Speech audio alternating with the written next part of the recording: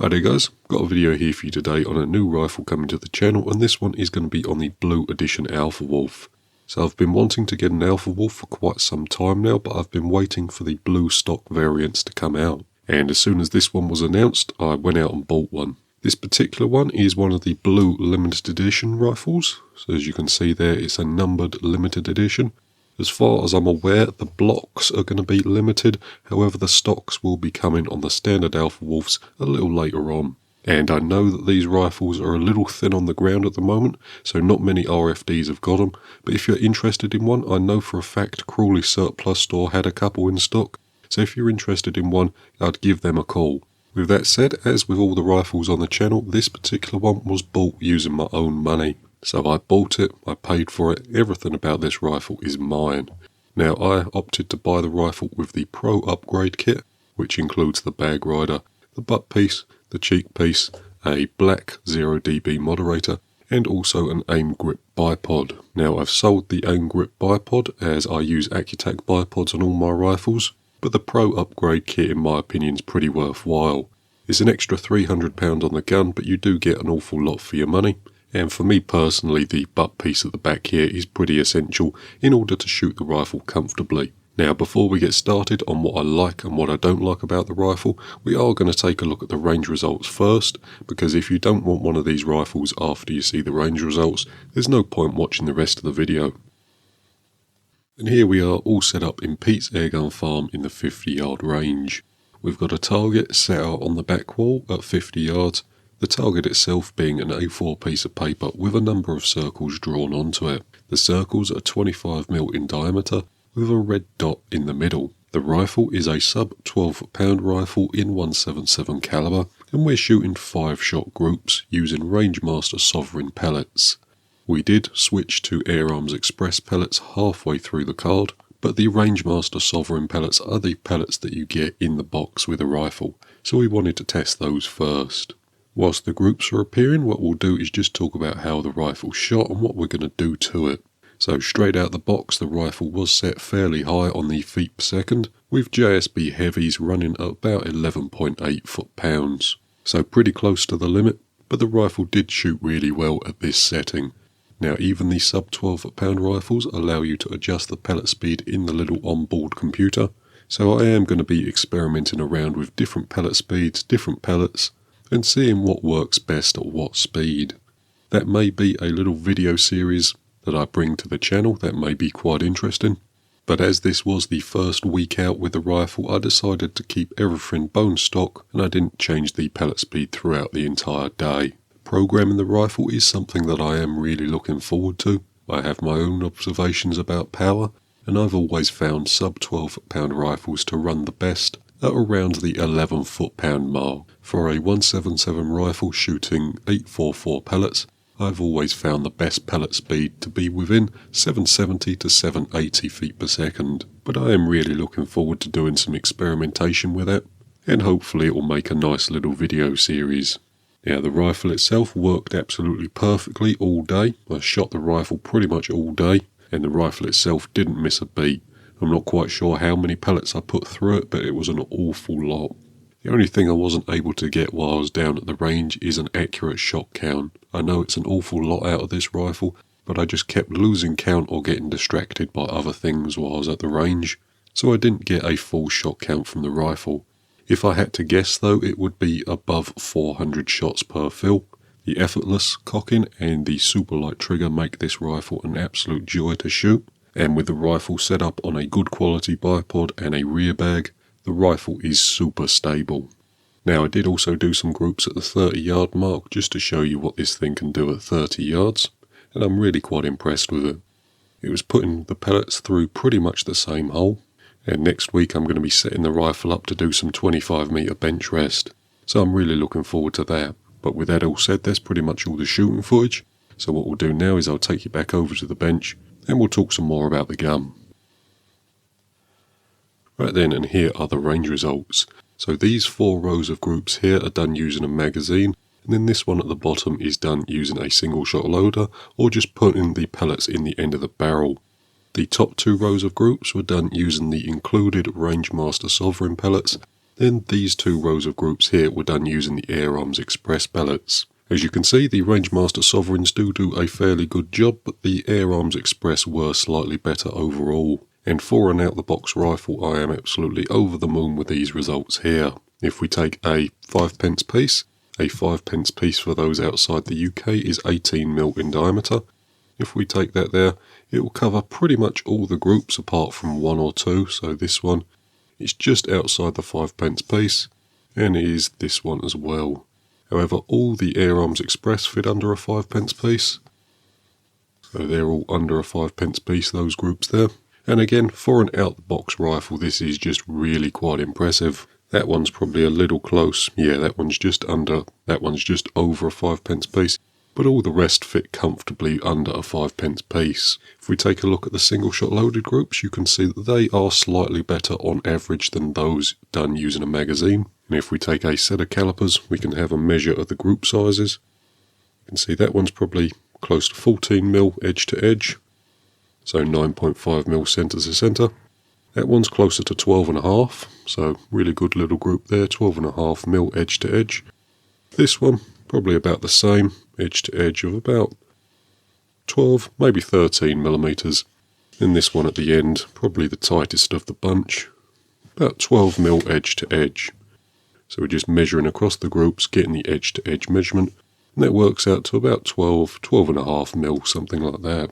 So really over the moon with those results. If we take a look at the groups done at 30 yards, we can see it's pretty much the same deal. So again, a number of 5-shot groups done at 30 yards, so these ones here. And as you can see, pretty much through the same hole each and every time. There's no point even bringing the 5p piece out because they're all well under that. If we take our calipers here, measure across the groups, you can see that one, 8mm edge to edge. This one might even be a little smaller, so probably 7mm edge to edge. And again, this one at the bottom here, about an 8mm edge to edge group. What's really impressive about this rifle is the consistency in which we're able to achieve these results. Even at 50 yards, we see that single shot loading, the groups are pretty much all the same size within a couple of millimeters. So it's a nice, consistently accurate rifle. If I'm honest, I wasn't expecting the rifle to be this good. What I'm probably going to end up doing is trying the rifle out at bench rest, so 25 meter bench rest. I do need to put a better scope on the rifle to do that, and hopefully the rifle does really well. With the range results out of the way, the next thing I thought we'd do is talk about some of the things I like about the rifle, some of the things I dislike, and then I'll give you my final thoughts on it. So starting off with the positives, this rifle here is phenomenal. It's wonderful to shoot, it's fantastically accurate, the fit and finish is superb, and overall as a package I think this rifle is brilliant. It is an expensive rifle, but you definitely 100% get what you pay for. It's so nice to buy a gun like this and have it work so well out the box, and if I'm being completely honest with you, this probably is my favourite airgun that I've ever bought, so the rifle itself gets a major thumbs up from me. So moving on to some of the specifics, one thing I will always praise these rifles for is the one-piece block. So you can see some of it above the stock here, but this rifle here uses one solid lump of aluminium for the main block. The barrel runs through the main block, the valves in the main block, the regulators in the main block, and everything else bolts to it. This gives the rifle an incredibly rigid chassis and is probably the best way to engineer an airgun. There's no alignment issues or anything like that, everything bolts to it and everything is fixed. It's simply a wonderful piece of engineering and one that I really do like. And if we flip the rifle over you can see a little more of the other side. It's a fantastic piece of engineering, I really do like the one-piece block. I think it pretty much makes this rifle. Moving on to the barrel, so the barrel runs through the block here, and the barrel on these rifles is fantastic. It's specifically designed for the sub-12 pound market, and it works absolutely beautifully. It's a high-grade Lothar-Walther barrel specifically designed by Daystate, and I don't remember ever hearing about one being inaccurate. So it's a really nice barrel paired with a really nice rifle. Moving on to the front, these rifles here house a chronograph in the shroud, and if we turn the rifle on, take a look at this back screen here, Once you fire your rifle, there will be a feet per second readout on this little screen at the back. An incredibly useful little feature, saves having to set up a chronograph anytime you want to see what the rifle's doing, and with the onboard computer you can easily change your pellet speed to match what you're shooting. And if we take a look at the screen on the back here, we can scroll through, and even the sub 12 pound rifles can now set their own power profiles. Now there is a limit on both the voltage and the pulse width, so you shouldn't be able to set your rifle above the 12 pound limit, but it does give a wide variety of settings so you can get your pellet speed exactly where you want it. Really nice to see, really nice and easy to use. You can set your power to whatever you want, within the sub 12 pound limit of course, and you can even set up different profiles so you can swap between your different pellets without actually having to touch an Allen key or anything like that. I won't go into the programming too much in this video because I'll probably be making a more detailed video at a later date, but it is an incredibly powerful little tool. Moving on from that, I really do like the blue block. It does look a lot better in person if I'm honest. The pictures don't really do it justice. It's more of sort of a silvery grey look in real life as opposed to the electric blue on the pictures. But in real life it really does look nice. And the blue block and the blue stock go together wonderfully. The last thing I want to mention in regards to positive aspects of this rifle is how refined the rifle has become since the early days of the Delta Wolf. Now early Delta Wolves did have an awful lot of action noise, and once you pulled the trigger there was quite a bit of action recoil. So not muzzle recoil, but actual action from the hammer rebounding off the valve. They addressed this when the Alpha Wolves first came out, and now all the Delta Wolves and the Alpha Wolves are much nicer to shoot. Now I had an early Delta Wolf, and comparing these rifles back to back there is no comparison. This is much nicer to shoot than the early Delta Wolves were. And that's pretty much it for the positive aspects. It is a really nice little rifle, and as I said earlier, it's probably my favourite rifle of all time. So what we'll do now is talk about some of the negative aspects of the rifle. To begin with, we'll start at the back, and without the PRS butt pad on there, the rifle is too short. Now I do have this problem with a lot of rifles, so it may be an issue more to do with me than the rifle, but for me personally I wouldn't be able to shoot the rifle comfortably without an additional butt pad. The next thing I don't really like about the rifle is the moderator. So the standard rifle comes with this blue 0dB, and the blue of the moderator doesn't match the blue of the stock or the blue of the action. It looks rather out of place. I would have much rather seen a black one from the factory, but they give you this sort of funny blue one. When it's on the end there, it does make the rifle, in my opinion at least, look a little tacky. That is obviously personal preference. You might like the blue mod, but for me personally I don't like the blue look. Now both these issues here are really easy to fix. With the Blue Edition rifle you get the option to buy the Pro upgrade package. The Pro package comes with the butt piece, a black 0dB, as well as a bag rider, a cheek piece, and also an aim grip bipod. And if I'm being honest, you'd be silly not to buy the upgrade kit with the rifle itself. It is an extra £300, but for £300 you do get an awful lot for your money. And even if you just used the butt piece and the 0dB and sold the rest, you'd still get your money's worth out of it. My last little negative point about the rifle is the cocking arm. If we take a look at it there, you can see that there's an awful lot of up and down play within the arm itself. Would have been nice to see a tighter fitting bush from the factory to remove some of that play. If I'm honest, it's not something that you really notice when shooting the rifle. It's just when you pick it up for the first time, it does feel a little weird. What I'm probably going to do is just remake the bush so that the cocking arm doesn't have that amount of play in it. Another little weird thing about it is they seem to have reverted back to the older bronze bushes, as you can see there. Hopefully if the camera focuses, you can see a little bit of bronze slurry there. On the Ghosts, they replaced the bronze bushes with a steel one, and if I'm honest, I thought they did that with the Alpha and Delta Wolves as well, but this one seems to have come with a bronze bush. It's not really a mechanical issue, there's nothing wrong with a bronze bush. The only thing it does is put sort of a brown slurry in this area here. But that's pretty much it. That's all the negative aspects of the rifle that I can think of.